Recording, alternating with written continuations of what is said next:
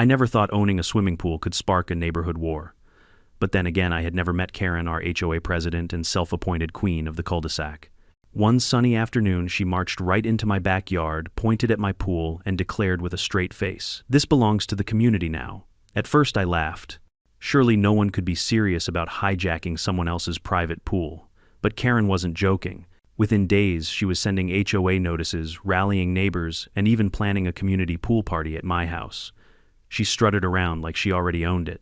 That's when I realized if Karen wanted a party, she'd get one. Just not the kind she imagined. Because the night before her grand event, I did something that left her standing in front of the entire neighborhood, absolutely humiliated. Before I tell you exactly what happened, drop a comment below and let me know where you're watching from and what time it is there. I love seeing this community stretch across the globe. When I first bought this house, the pool wasn't even the selling point. Don't get me wrong, it was beautiful. A sparkling rectangular stretch of blue framed by clean white tiles and a row of palm trees I had planted myself. But for me, the real treasure was peace. I'd spent 20 years grinding away at a corporate job, saving every dime I could to finally buy a place that felt like mine, truly mine. The first weekend after moving in, I remember floating on a cheap inflatable raft, staring up at the clear sky and thinking, this is it. This is the calm I've earned. My kids splashed at the shallow end, my wife brought out lemonade, and for the first time in decades I didn't feel like I owed anyone anything. That pool became more than just a patch of water, it was a symbol. A little oasis where my family could forget the noise of the world. Of course, peace in an HOA neighborhood is always conditional. I knew that going in. The real estate agent had warned me. The board here is active. That was the polite way of saying nosy, pushy, and occasionally tyrannical. I figured I could handle it. How bad could some paperwork and lawn inspections really be? At first it wasn't so bad. The HOA sent the usual reminders: trim the hedges, don't leave your trash bins out overnight, replace a mailbox post if it leans too far left. Annoying, sure. Life-ruining, not yet. For a while I kept my head down, paid the dues, and minded my own business. But even during those calm months, there was something unsettling. I noticed Karen early on. You couldn't miss her. She had that aura clipboard in one hand, oversized sunglasses, the kind of brisk walk that screamed authority. Every Saturday she patrolled the street like a general inspecting her troops. Sometimes I'd catch her standing at the corner, staring at my property just a little too long. Other times I'd hear her voice cutting across the neighborhood. That lawn's half an inch too high, or whose recycling bin is out of alignment. Most people just rolled their eyes. Everyone knew Karen lived for the HOA. But for me, there was always a low-level tension, like she was waiting for an excuse. Still, I wasn't going to let her ruin my sanctuary. Those first few months, my family made the most of that pool. Birthday parties, lazy Sunday swims, even nighttime dips under the patio lights. My daughter learned how to float there. My son tried to teach himself cannonballs. Neighbors would sometimes comment, "You've got the nicest yard on the block." And Karen, oh Karen, never said a word. She just glared. It's funny looking back. I should have known the silence meant something was brewing. People like Karen don't stay quiet. They plot. One evening, as the sun was setting and I was grilling by the pool, I overheard her voice from across the fence. She didn't know I was close enough to hear. She was talking to another board member. Well, technically we can classify it as a community amenity. The bylaws are vague. It's unfair for one household to hoard something that benefits everyone. And besides, look at how much water it takes. He should be sharing it. I froze with the spatula in my hand. Sharing it. My stomach dropped, then twisted. Surely I misheard. Surely no sane person would think they could claim another man's private pool. But then a week later, a thin white envelope showed up in my mailbox with the HOA logo stamped across the top. Inside a single page, notice of review. The HOA board will be evaluating the classification of your backyard pool as a potential community resource.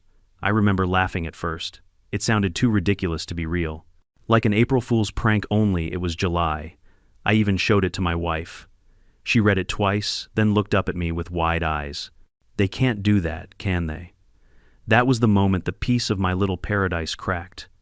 Over the next few days, I noticed Karen watching more openly.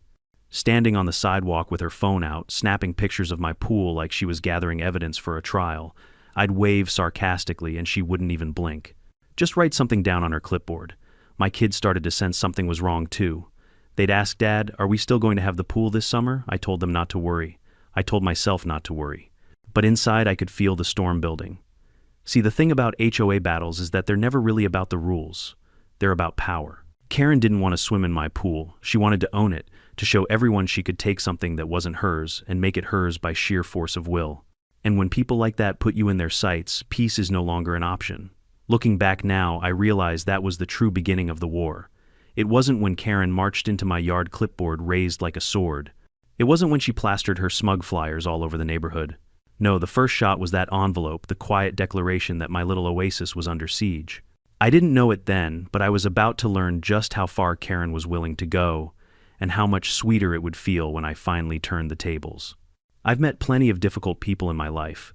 The office micromanagers, the neighbor who thought mowing the lawn at midnight was acceptable, even the occasional road rager on my morning commute. But nothing, I repeat nothing, compared to the day Karen finally made her grand entrance into my backyard. It was a Tuesday afternoon, hot and sticky, the kind of day when the only logical place to be is floating in cool water with a cold drink in your hand. My kids were splashing around, laughing so hard they sounded like seagulls, and I was stretched out on a deck chair with a glass of iced tea sweating onto the table beside me. I heard the gate latch click, and before I could even stand up, there she was, Karen. Clipboard tucked under her arm like a weapon, oversized sunglasses masking whatever expression she thought she was hiding, and that purposeful, almost military stride. She didn't so much enter as she invaded. "Excuse me," she announced, though she was already standing 5 feet from my pool. "We need to talk about this." She pointed one manicured finger stabbing the air toward the water like she was identifying contraband. "Afternoon, Karen," I said, trying to keep my tone casual. "Hot one today. This pool," she snapped, ignoring the pleasantries. "It isn't properly classified under HOA bylaws. Technically, it qualifies as a shared amenity, which means it doesn't belong to you alone. It belongs to the neighborhood." I sat there for a moment trying to process if I'd actually heard her correctly. Then I chuckled. "That's funny, Karen.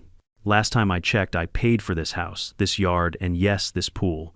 Unless you secretly chipped in, I'm pretty sure it's mine." She didn't laugh. She pulled out a folded packet of papers from her clipboard and began reading like a lawyer in a courtroom. Section 12, paragraph 3. Shared resources cannot be restricted from residents if they provide a significant benefit to the community. She looked up, lips pursed. This pool is clearly a community benefit. Behind me, my daughter whispered, "Dad, is she serious?" I nodded slightly, never taking my eyes off Karen. "Karen," I said slowly, "this is a private pool in a private yard behind a private fence. It's not a playground. It's not a community garden. You can't just wave a rule book around and claim it." Her smile spread thin and smug. "We'll see. The board will decide." And just like that, she turned and strutted out as if she had already won the case. That was my first real taste of how Karen operated. She didn't argue, she declared. She didn't request, she demanded. And she never, ever asked permission to barge into someone's life. The next day, I found a notice taped to my front door. Failure to comply with HOA rules regarding shared amenities may result in fines. No explanation, no discussion, just a threat dressed in bureaucratic language. By Friday, I caught her again. This time, she was standing outside my fence with 2 other board members, gesturing dramatically as she pointed into my yard. The other 2 nodded along like backup dancers in some HOA musical. I could hear snippets, liability issues, community access, fair use.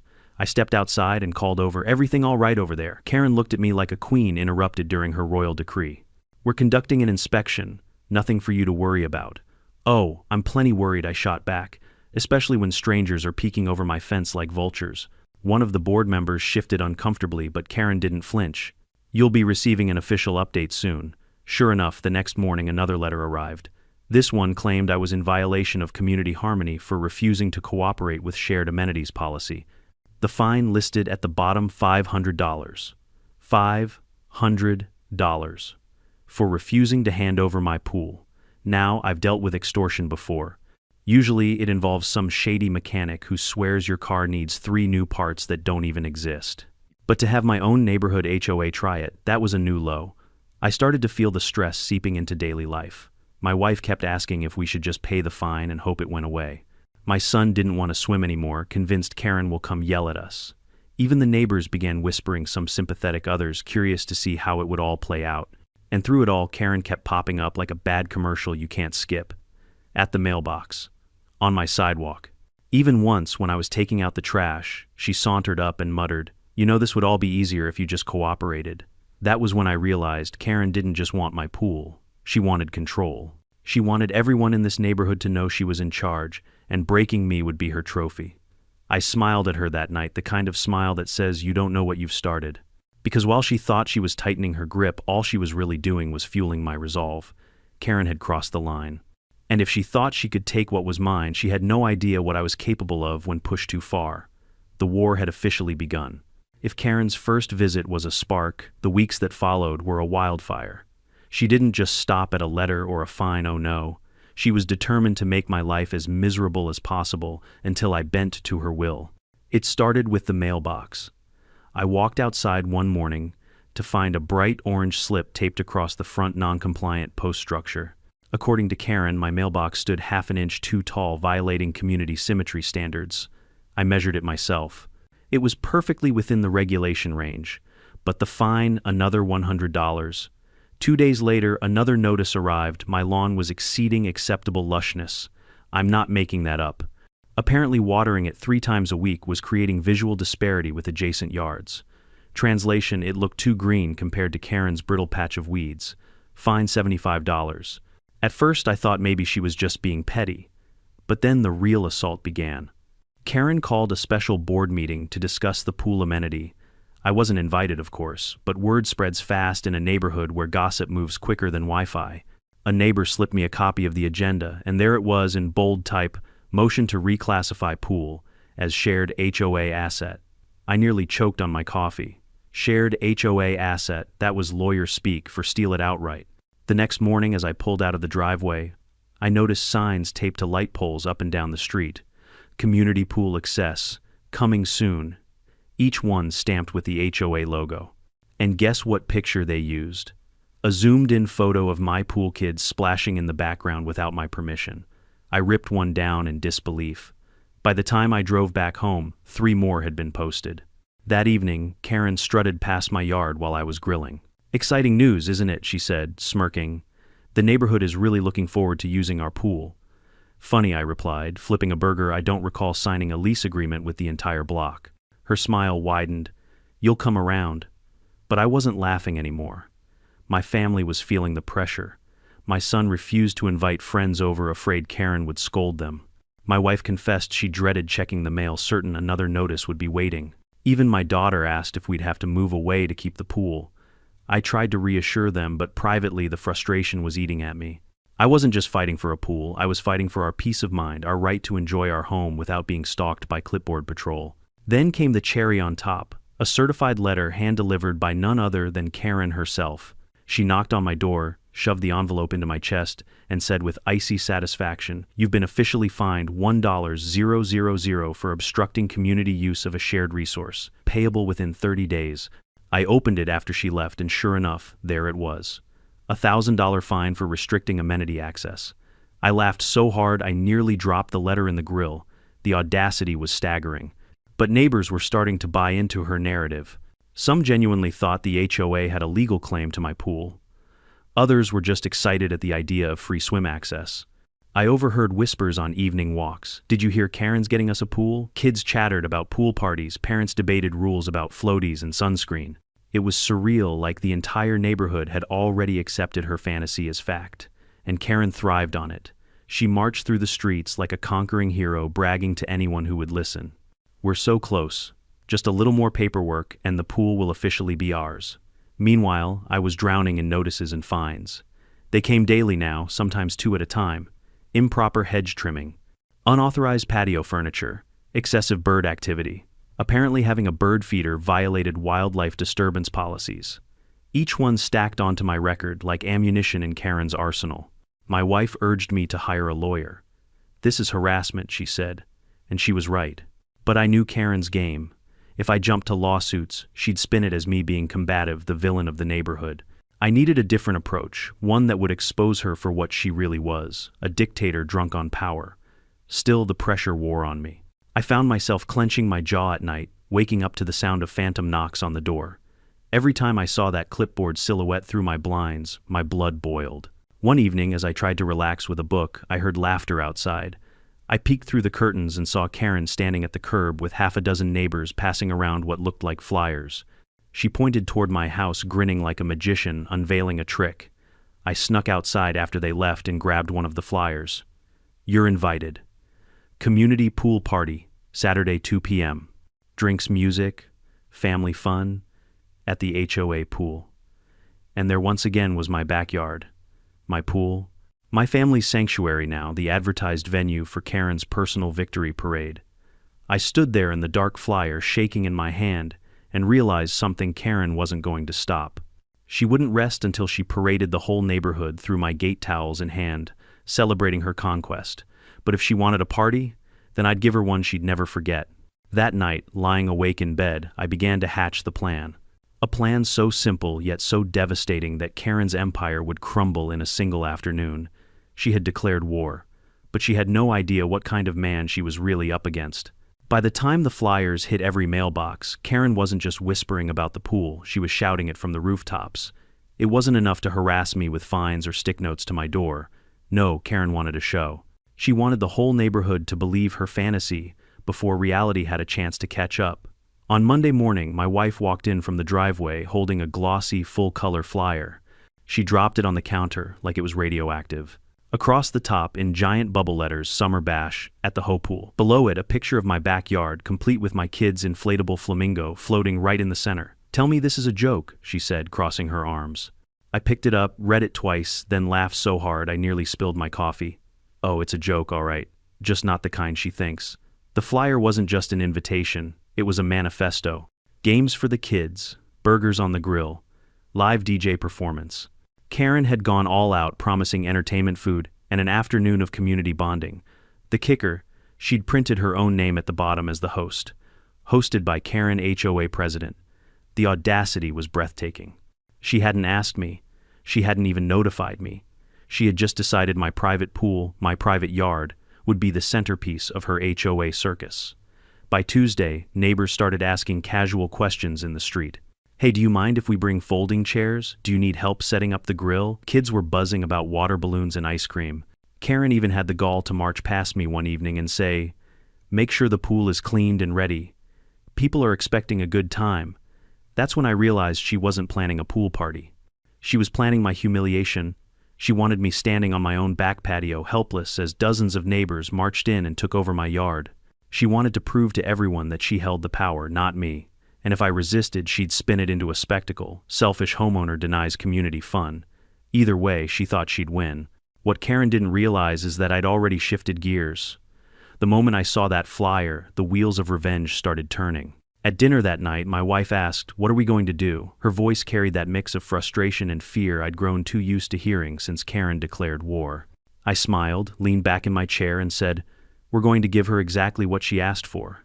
My son frowned. "So we're letting them have the party?" I shook my head. "Not quite. You'll see." But before I could put my plan into action, Karen kept pushing.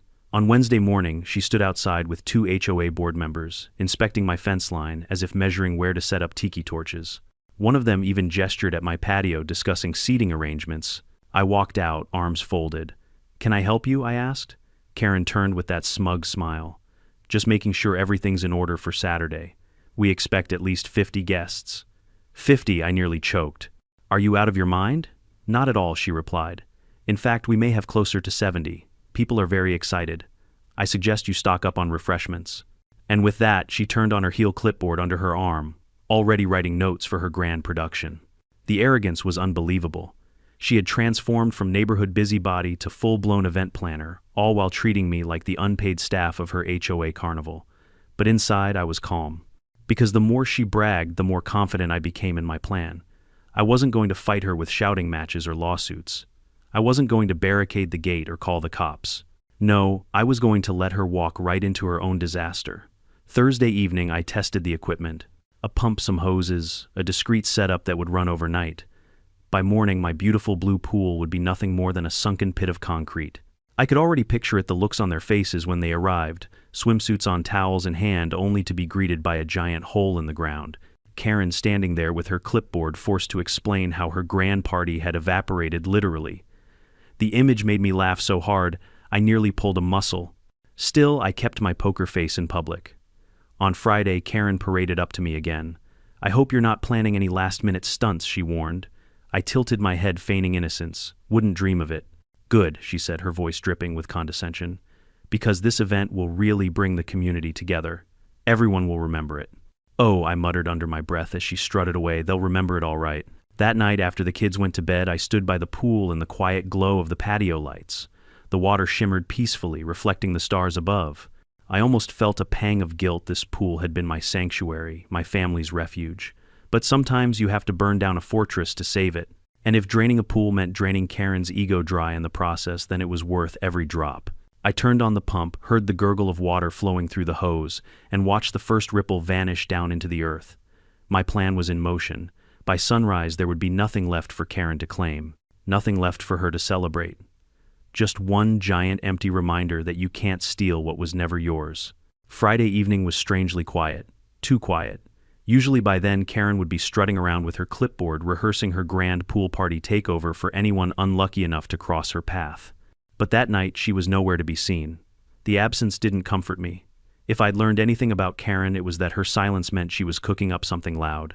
I sat on the edge of the pool, the pump humming steadily as the water level dropped inch by inch. Each gurgle through the hose felt like a small victory. I imagined her face when she saw what I was doing, and for the first time in weeks, I allowed myself to smile. That's when I heard it, the sharp slam of my backyard gate. "What do you think you're doing?" Her voice cracked the night like a whip. I turned, and there she was, hands on hips, sunglasses gone, but fury blazing in her eyes. Behind her, 2 board members hovered nervously, clearly dragged along for backup. I stayed seated, calm as stone. "Evening, Karen. Don't you evening me," she screeched, storming closer, until she stood over me like a prosecutor ready to deliver the death sentence. "You can't touch that pool. You're sabotaging community property." "Community property?" I raised an eyebrow. "Funny, I don't see your name on the deed, or theirs." I gestured at the board members, who suddenly found their shoes fascinating. Her face turned red, almost purple. "You think you can just drain it? After everything we've planned? After I promised the neighborhood? There at Island." I stood up slowly, towering just enough to meet her glare. "This was never about the neighborhood, was it, Karen? It's about you. Your big party. Your big show. Your chance to play queen." She jabbed a finger in my chest. "You have no right to ruin this." I glanced down at her finger, then back into her eyes and chuckled. "You keep saying that word right. But here's the thing. I do have the right. Every inch of this yard, every tile of this pool, every drop of this water mine, paid for with my money, maintained with my effort. The only thing I don't own out here is that clipboard you love, waving around like a crown." The board members shuffled uncomfortably. One whispered, "Maybe we should," but Karen snapped her head toward them, silencing them instantly. Then she leaned in close, her voice a venomous hiss. "If you drain this pool, I'll destroy you. Fines, lawsuits. I'll drag your name through every HOA record until you choke on debt. You won't last a month here." It was supposed to scare me. Maybe a week ago it would have, but not anymore. Something had shifted inside me. I laughed, not a nervous laugh, but a deep belly laugh that caught her completely off guard. "Destroy me, Karen, you've already tried. The fines, the flyers, the gossip. And yet, here I am, still standing, still smiling." I pointed at the pool where the water line had already sunk a foot lower. "And tomorrow, when you show up with your 70 guests and their floaties, you'll be standing in front of nothing but cracked concrete." "Who's gonna look like the fool then?" Her jaw dropped. For once, Karen didn't have a quick retort. "You wouldn't dare," she finally managed. "Oh, I dare," I said, stepping closer until we were eye to eye. "And here's the kicker, you can't stop me. Call the cops, they'll laugh in your face. Call the board, they'll walk away, just like your little entourage here." I glanced at the 2 members, who immediately avoided eye contact. Karen's fists clenched, her whole body trembling. "You'll regret this," she spat, before storming out the gate, slamming it so hard the latch rattled loose. The board members scurried after her like embarrassed shadows. For a long moment I stood there alone, the night air buzzing with the aftershock of confrontation. My heart pounded, but it wasn't fear, it was exhilaration. For the first time I felt like I wasn't playing defense anymore. I wasn't the cornered homeowner praying the HOA would leave him alone. I was the one holding the cards. I sat back down beside the pool, watching the pump do its quiet work. Every gallon that drained was another nail in Karen's coffin of credibility. She'd promised the neighborhood a grand party. She'd bragged, boasted, strutted like she already owned the place. Tomorrow, all of that would collapse in an instant. And here's the thing about bullies like Karen, they thrive on the illusion of power. Take that illusion away, expose them for what they are, and they crumble. Tomorrow, Karen wasn't just going to lose her pool party. She was going to lose the neighborhood. Inside the house, my wife peeked out the window. "Everything okay?" she asked softly.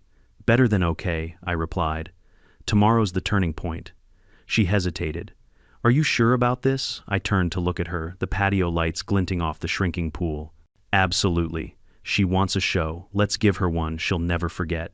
That night, as I lay in bed, I replayed the confrontation over and over. Karen's threats, her trembling rage, her promise that I'd regret this. But all I could think was how close she was to her downfall. Tomorrow, her empire would crack like the empty shell of my drained pool, and I couldn't wait to watch it happen. Revenge doesn't always come in fireworks. Sometimes it comes in the quiet hum of a pump, the gurgle of water slipping away unseen, and the satisfaction of knowing every drop carries you closer to victory. That night, after Karen's meltdown at my gate, I knew I couldn't back down. She'd threatened lawsuits, debt, public humiliation. Fine. Let her swing with everything she had. I wasn't just standing my ground anymore, I was pulling the rug out from under her throne. The plan itself was simple, almost laughably so. Pools drain slower than most people realize, but with the right pump, a long enough hose, and a bit of patience, you can make tens of thousands of gallons vanish overnight. I had rented the pump under the guise of routine maintenance, just in case Karen had one of her spies lurking at the equipment store. I set it up at dusk, hidden by the hedge line, the hose running discreetly out toward the storm drain at the end of the street. By 10 o'clock, the water was already a foot lower. The once pristine mirror of blue tiles now reflected back at me like a shrinking secret. I pulled a chair onto the patio, poured myself a bourbon, and watched the water swirl away under the stars. It felt therapeutic. For weeks, Karen had been clawing at my sanity, circling like a shark smelling blood. And here I was, reclaiming control 1 gallon at a time. But don't get me wrong, it wasn't without suspense. Every few minutes, I'd glance nervously toward the gate, half expecting Karen to burst in again with her board member minions. Every flicker of headlights on the street made my heart race. If she caught me in the act, she'd twist it into proof of my sabotage. So I treated it like a spy mission. I kept the lights dim, the pump shielded behind patio furniture. Even my dog seemed to sense the gravity of the operation. He lay quietly by my feet, not a single bark, as if he too wanted to see Karen toppled. By midnight, the pool was half empty. The shallow end was already bone dry, leaving only the deep end swirling with the last stubborn feet of water. The inflatable flamingo, once so cheerful now, lay pathetically on its side, squeaking against the tiles as the waterline fell. It was a sad sight, but also hilarious. I imagined Karen's pool party guests arriving tomorrow, walking through the gate with floaties around their waists, only to see that limp flamingo gasping for air on the dry floor of an empty pool. It was poetic comedy. Around 1 in the morning, I took a break, leaning back in the chair and closing my eyes. The pump droned steadily like a lullaby of revenge. My wife stepped out in her robe, rubbing her eyes. "You're really going through with this," she whispered. I grinned. "Oh, I'm not just going through with it. I'm enjoying every second." She shook her head, half amused, half exasperated. "You know, most people would call a lawyer. Most people don't live under Karen," I replied. "Besides, this is better. She's built her entire reputation on that party. Tomorrow she'll have nothing." She smiled, faintly kissed my cheek, and went back inside. I stayed. This was my battle, and I wasn't going to abandon the front lines. By dawn, the pool was drained completely. Not a drop left. What once shimmered as the jewel of my backyard now looked like an abandoned construction site, cracked concrete, stray leaves, and that poor flamingo deflated in defeat. I walked around the edge, hands on my hips, and felt a surge of pride. Mission accomplished. But I didn't stop there. I wanted to ensure the scene would be unforgettable, so I staged it. I left the flamingo in the center, dramatic as a fallen soldier. I dragged in a few folding chairs and tipped them sideways, as if a party had already been wrecked. And for the pièce de résistance, I hung one of Karen's own flyers on the gate, with big red letters scrawled across it. Pool closed, private property. Standing back, I admired the sight. It was art, my own masterpiece of petty vengeance. Still, I couldn't shake the butterflies in my stomach. I knew tomorrow wasn't just about an empty pool. It was about Karen's reaction. Would she rage, cry, spin some wild excuse, or would she finally crumble under the weight of her own arrogance? I barely slept that night. Every hour I woke and peeked out the window, staring at the hollow shell where my pool had been. Each time I smiled. Tomorrow was the showdown. Tomorrow the entire neighborhood would see the truth.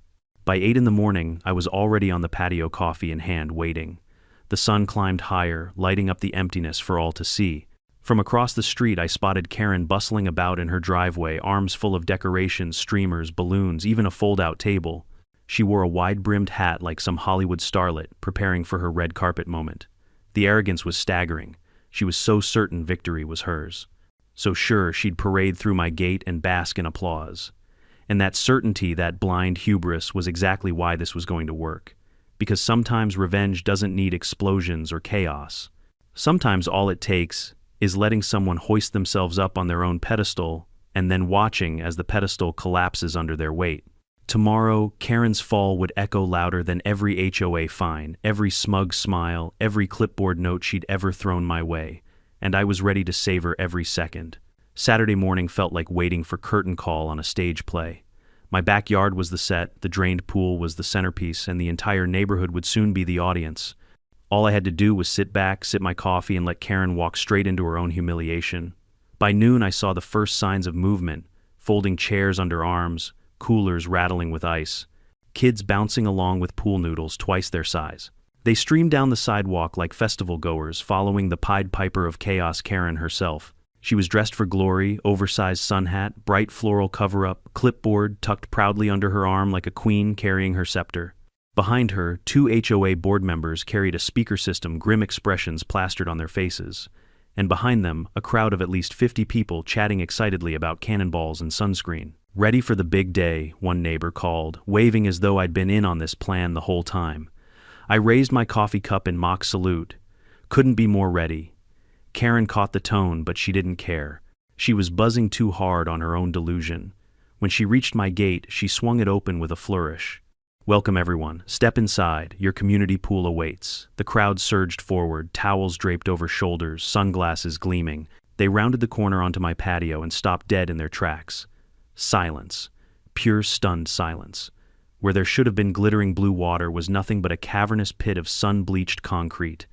The inflatable flamingo lay collapsed on its side, its face twisted into a cartoonish grimace.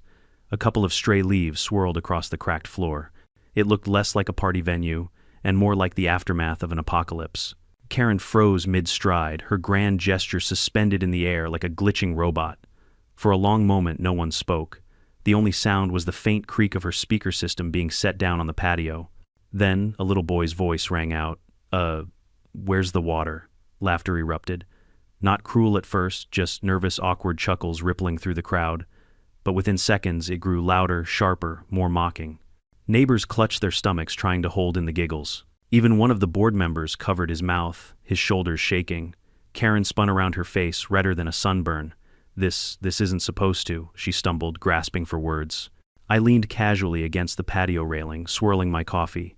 "Problem, Karen." She shot me a death glare, then turned back to the crowd. "There must have been a malfunction. Yes, a plumbing issue. Temporary setback. We'll reschedule." But the neighbors weren't buying it. A woman in a sundress crossed her arms. "Reschedule. You said the pool was ready." "Yeah," another man chimed in. "You've been bragging about this for weeks." Karen stammered. It was supposed to be. That was my cue." I raised my voice calm and measured so everyone could hear. "Ladies and gentlemen, I hate to disappoint you, but this isn't a community pool. It's my private property. Always has been. What you see here is what happens when someone tries to claim ownership of what isn't theirs." A ripple of murmurs ran through the crowd. Some looked embarrassed. Others looked furious, not at me, but at Karen. One neighbor spoke up. "Wait, you mean she lied?" Karen whirled around, panicked. "I didn't lie. The bylaws. The bylaws don't give you the right to steal a man's pool." I cut in, pulling out the flyer she'd plastered all over the neighborhood. I held it up for everyone to see. This is fraud. Using my property without permission. Hosting an event you had no authority to plan." The laughter returned, this time sharper, tinged with anger. A teenager shouted, "Nice job, Karen. Best pool party ever." His friends doubled over, clutching each other in hysterics. Karen's face crumpled. She tried to regain control, waving her clipboard like a desperate conductor trying to salvage a broken symphony. "Enough, everyone. Calm down. This is just a mistake." But it was too late. The tide had turned. Neighbors began trickling out, shaking their heads, muttering about wasted time. Parents dragged disappointed kids back toward the street. Even her loyal board members quietly packed up the speaker system and walked away. Karen was left standing at the edge of the empty pool, her sun hat drooping clipboard trembling in her hands. For the first time since I'd known her, she looked small. I finished my coffee, set the cup down, and strolled over. "Well, Karen," I said softly, "just for her you wanted a party. I'd say this one was unforgettable." Her lips trembled, but no sound came out. I leaned closer, delivering the final blow. "Next time you think about stealing from me, remember what happened here. You can throw fines, letters, threats, but in the end it's just paper. And paper doesn't hold water." Her eyes flicked toward the empty pool, and I swear for a second I thought she might faint. With that, I turned and walked inside, leaving her to face the ruins of her ego. From my window, I watched her eventually gather her things, her sun hat, her clipboard, her shredded dignity, and trudge back down the street. Alone. The queen of the cul-de-sac had been dethroned. And the best part, she'd done it to herself. If I thought Karen would crawl away quietly after the disaster, I underestimated her resilience, or rather her delusion. By Monday morning, the HOA inbox and my mailbox were exploding with paperwork. Certified letters, threats of legal escalation, even a fat envelope stamped urgent that looked like it had been drafted by a law firm. Of course I opened it. And sure enough, there it was, notice of pending legal action. According to Karen, I had willfully destroyed community property by draining the pool, causing irreparable emotional harm to the neighborhood. She was demanding $10, 0 inches damages, plus the immediate transfer of my pool to HOA management. I laughed so hard I nearly spilled my cereal. Irreparable emotional harm. My son leaned over reading the letter and said, "Dad, is that even real?" "No, son," I said, wiping tears from my eyes. "That's what desperation looks like when it's printed on expensive paper." But here's the thing, Karen didn't realize she'd already lost long before this letter. Because while she was planning her grand takeover, I'd been quietly preparing my own arsenal. Weeks earlier, when the first notices started piling up, I'd called a friend of mine, an attorney who specialized in property law. I told him everything. The fines, the flyers, the threats. He chuckled and said, "Send me your deed and HOA bylaws. Let's see what we're working with." And oh, did we find gold. Turns out my property line was crystal clear. Not only did I own the pool outright, but my lot had been grandfathered in with exemptions from certain HOA clauses. The bylaws Karen kept quoting, they didn't even apply to my yard. She had built her entire crusade on a foundation of sand. So when she sent her fancy letter, I was ready. I drafted a calm, polite response attaching copies of the deed, the survey maps, and the exemption clause. My lawyer added a note reminding the HOA that filing frivolous lawsuits could expose them to counterclaims. Then, just to twist the knife, I added a final paragraph. As a courtesy, I've arranged professional pool maintenance this week to restore the pool to full functionality. Any claims of property damage are moot. Kindly direct further correspondence to my attorney. Yes, you read that right. While Karen was accusing me of destroying community property, I had already scheduled a maintenance crew to refill and reseal the pool. By Wednesday, the water would be back sparkling cleaner than ever. My family could swim again while Karen was left choking on her own lies. When I dropped that response in the mail, I swear I felt 10 pounds lighter. The next HOA board meeting was the stuff of legend. I didn't even have to attend. Neighbors filled me in afterward. Karen stormed in, waving my letter like it was a smoking gun. She ranted, screamed, accused me of sabotage. But when she read the exemption clause aloud, the room went silent. One board member finally muttered, "Wait," so the pool was never HOA property. Karen tried to spin it. He manipulated the paperwork. He tricked us. But the evidence was undeniable. My deed was clear, the bylaws unambiguous. For the first time, the board realized Karen had led them into a battle they couldn't win. And just like that, her army began to crumble. Neighbors who once laughed at her jokes now avoided eye contact. Parents who'd hyped up the pool party muttered about being embarrassed. Even her closest allies on the board started distancing themselves. One actually resigned on the spot, saying he refused to be part of harassment. Karen. She doubled down, of course. She always doubled down. She slammed her clipboard on the table and shouted, "This isn't over," but her voice cracked and everyone knew it was. Back at home, I leaned against the patio railing, watching the maintenance crew refill my pool. The hose hissed, the water sparkled, and slowly the oasis I loved returned. My wife stood beside me, her hand in mine. "Feels good to see it full again," she said. "Better than good," I replied. "It feels like victory." And that was the twist Karen never saw coming. She thought she'd humiliate me with a pool party. She thought draining the pool was an act of destruction. But in reality, it was the perfect trap. Because the pool wasn't gone, it was reborn. Clean, restored, and more private than ever. And Karen, she wasn't just humiliated, she was exposed. Exposed as a liar, exposed as a bully, exposed as a queen without a crown. From that moment on, her clipboard lost its power. Her notices went unanswered. Her threats turned into whispers no one cared to hear. I didn't just win back my pool, I won back my peace. The neighborhood was never the same after that Saturday. For years, Karen had been the self-proclaimed queen of the cul-de-sac, her clipboard, a weapon her word treated like law. But in one afternoon, standing before an empty pool, a jeering crowd and undeniable proof her empire crumbled. By the following week, the flyers disappeared from the polls. The smug patrols up and down the block stopped. The endless fines, the little orange slips, the friendly reminders tucked under my doormat gone. It was as if the HOA had collectively decided that Karen's reign of terror wasn't worth the embarrassment she'd brought on them. Of course, Karen didn't vanish overnight. She still marched around muttering about legal options and misinterpretations, but no one cared anymore. The board stopped backing her. Neighbors stopped listening. Even her closest allies, the ones who used to shadow her with measuring tapes and complaint forms, kept their distance. One afternoon, I watched her from my kitchen window. She stood at the corner of the street clipboard, hanging limp at her side, trying to hand out notices that no one would take. Kids on bikes zipped past, laughing.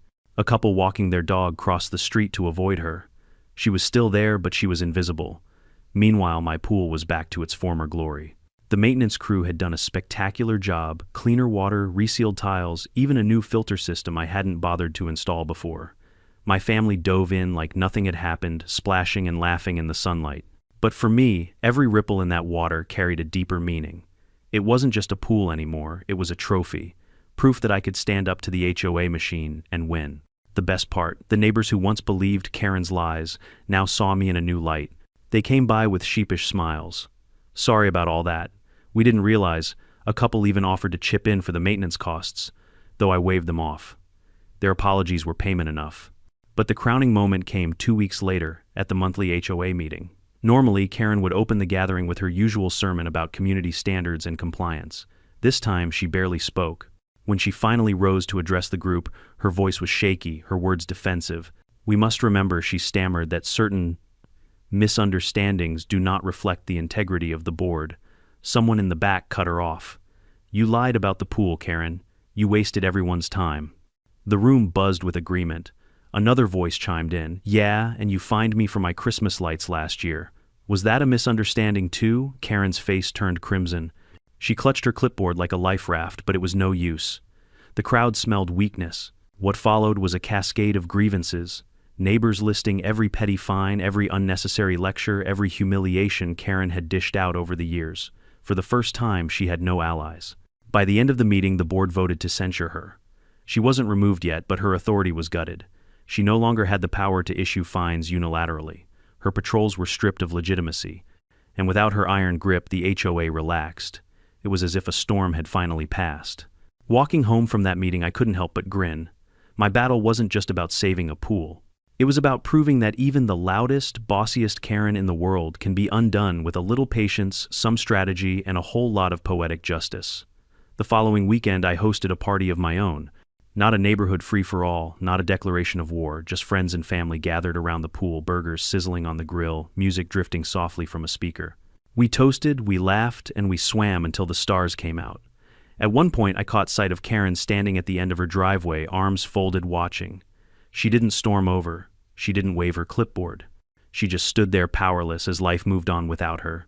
And I realized then that was the sweetest revenge of all. Not her humiliation in front of the neighborhood, not the collapse of her flyers and fines, not even the empty pool stunt itself. The sweetest revenge was watching Karen fade into irrelevance, watching her realize that she was no longer feared, no longer respected, no longer in control. She had claimed my pool as hers. Instead, she lost everything. I leaned back in my chair, raised a glass of bourbon, and whispered to myself, "Cheers, Karen. Thanks for reminding me that sometimes the best way to win is to let the bully trip over her own crown."